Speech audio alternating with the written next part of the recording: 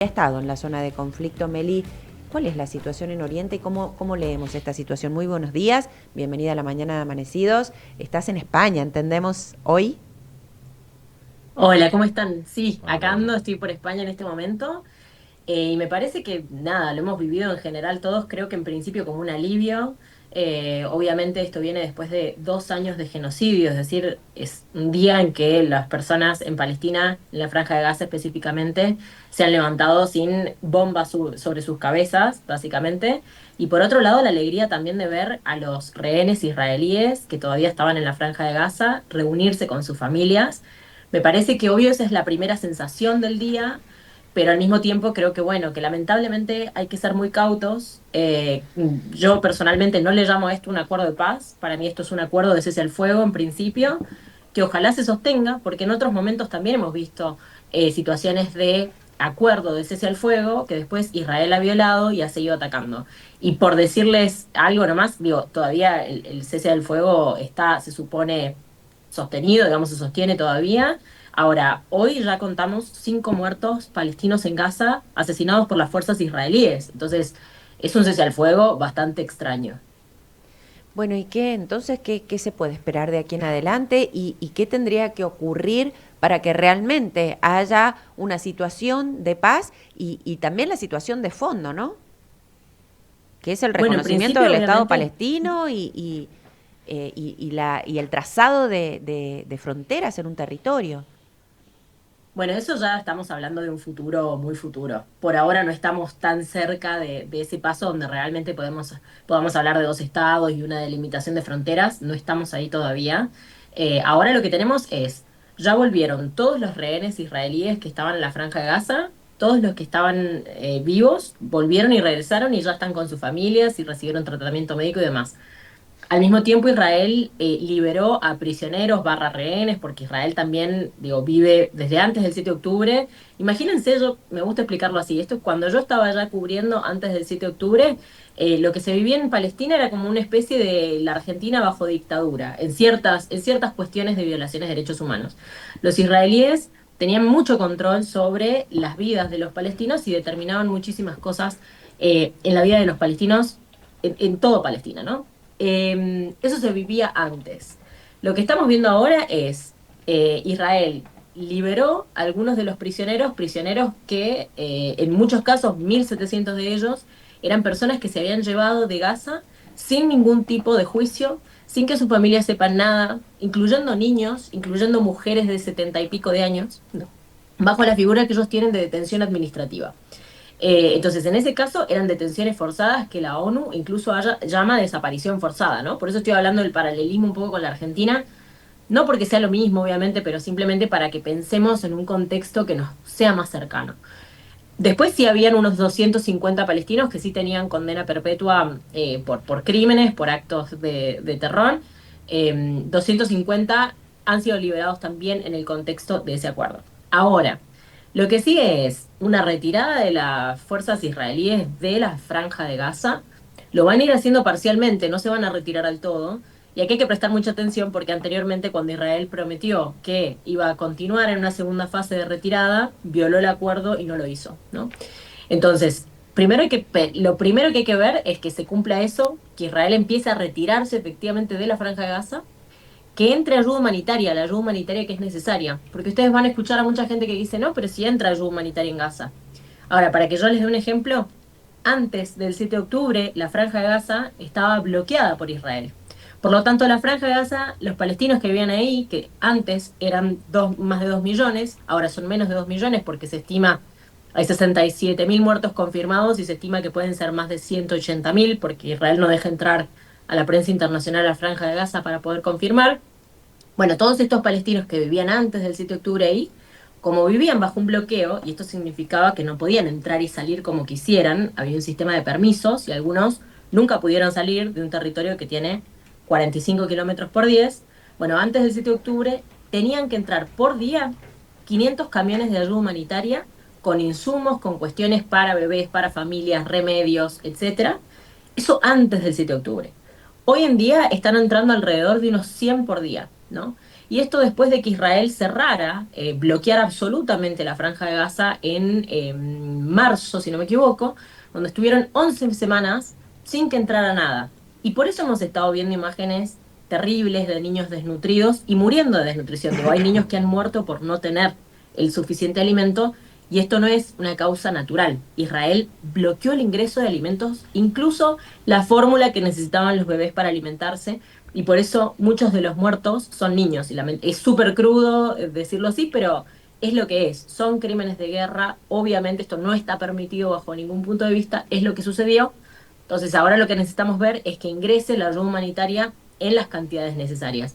Ese es el punto de partida. Después vamos a hablar de si jamás se desarma o no, de quién va a gobernar Gaza, de cómo se relacionan estos dos pueblos, pero eso es en el futuro. O sea, primero necesitamos las condiciones mínimas para la supervivencia de la población que Israel no ha estado garantizando, y estamos hablando de población civil, ¿no?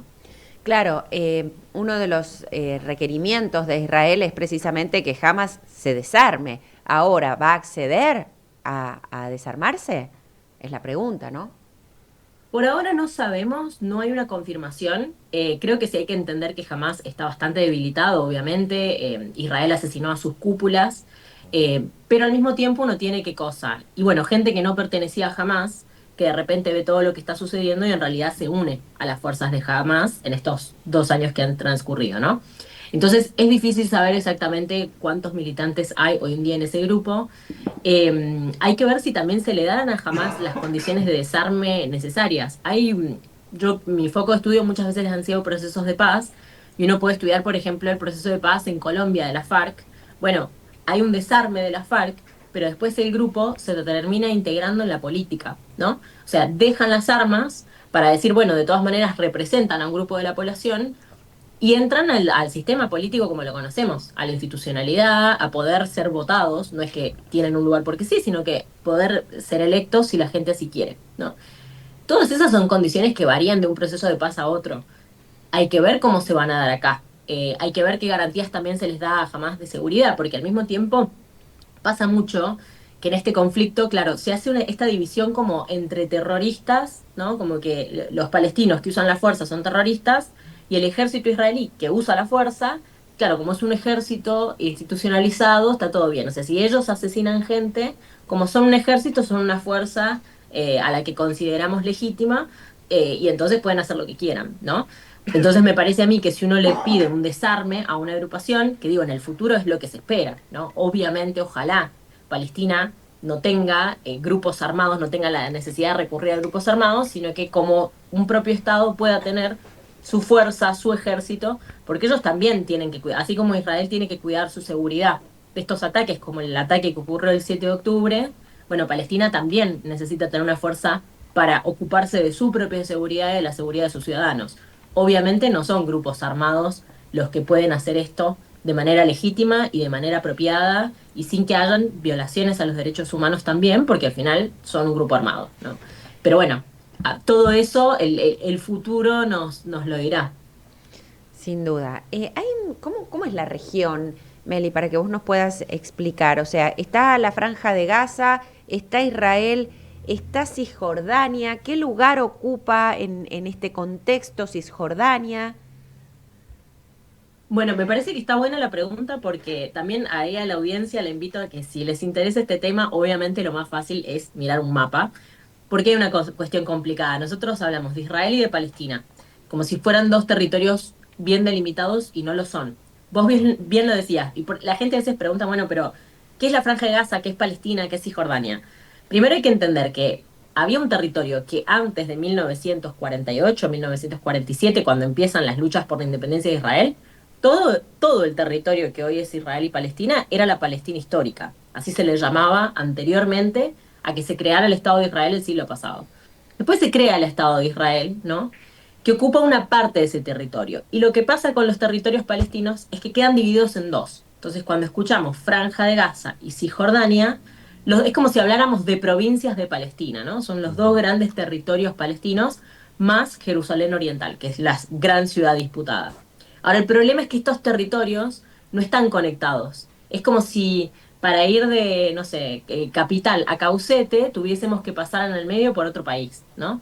Eso para que nos imaginemos como Claro. cómo está diagramado. Y eso es muy problemático en términos de cómo hacemos para un día delimitar el territorio formalmente. Entonces tenemos, si se lo imaginan, una franja, que es la franja de Gaza, en el medio tenemos Israel ocupando un territorio más grande y después viene Cisjordania.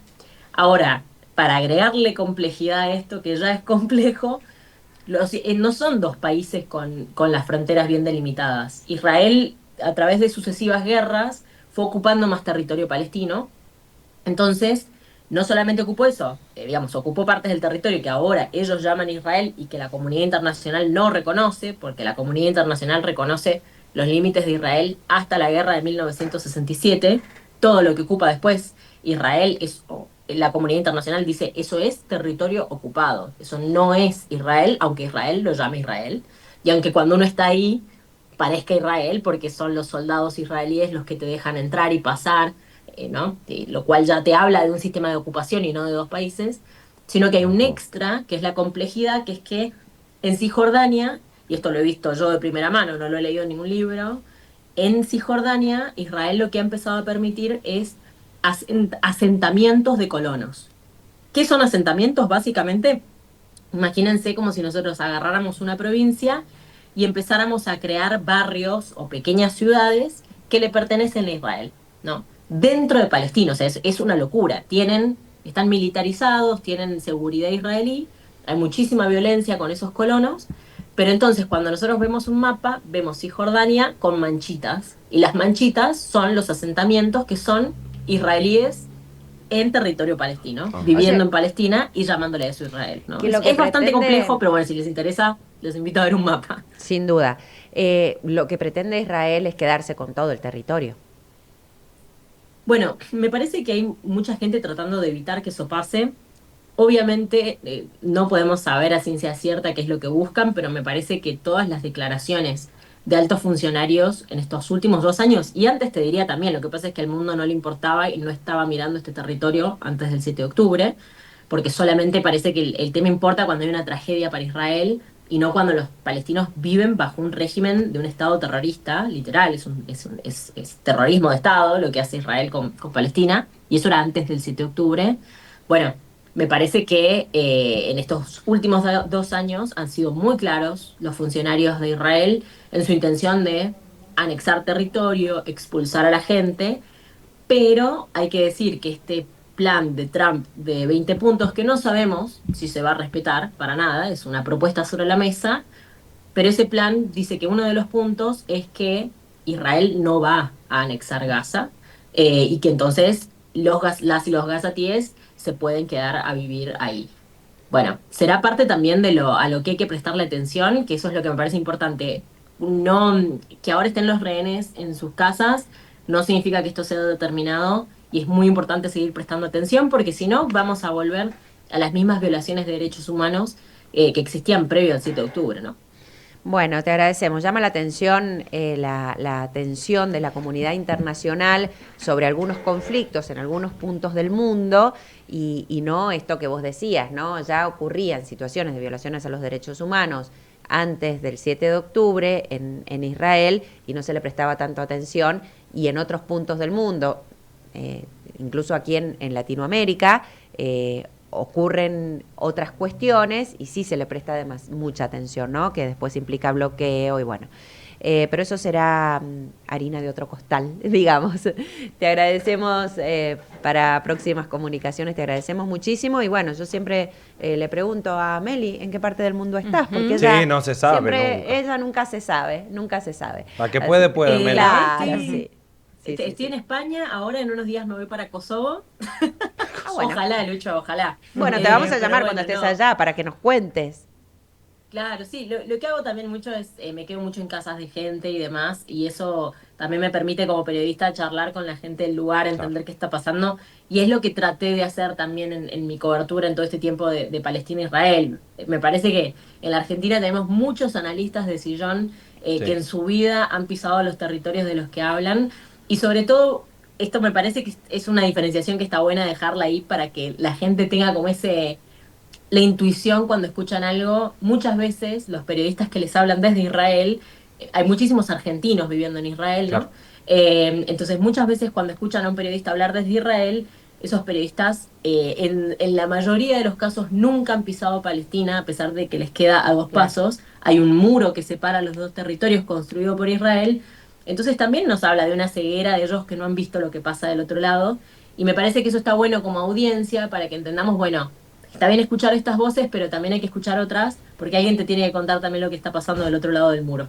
Así que les agradezco mucho la comunicación y bueno, seguiremos hablando de esto, ojalá que en mejores términos. Bueno, Gracias, te agradecemos mucho, Meli. Muchas gracias. Bueno, Un abrazo. un lujazo y aparte es nuestra, es sanjuanina. Claro. Genial. Sí, Así sí, es que sí, bueno, sí. un placer enorme que Que comparta. la picanteó mucho con Débora nosotros. Plager, no nos olvidemos. Sí, La sí, dejó sí, callada sí. Débora Plager. Sí, sí, sí, Y le sí. dije, bueno, ya está, y como la dejó callada la sacaron del aire. Gracias, Meli, nos vemos. Hasta luego. Ahí estaba entonces Melissa Trad un poco esclareciendo sobre. No, pero re lo bien cómo, de la lo manera en que lo ocurre. explica. Sí, Yo- te no, quedas es así, muy clara, es muy clara. escuchando Es muy bien. clara. Sí. Es absolutamente muy clara. Bueno, y sí, esta invitación que nos hacía a mirar el mapa. Tenemos que mirar el mapa. Claro, el Entonces mapa. tenés la franja de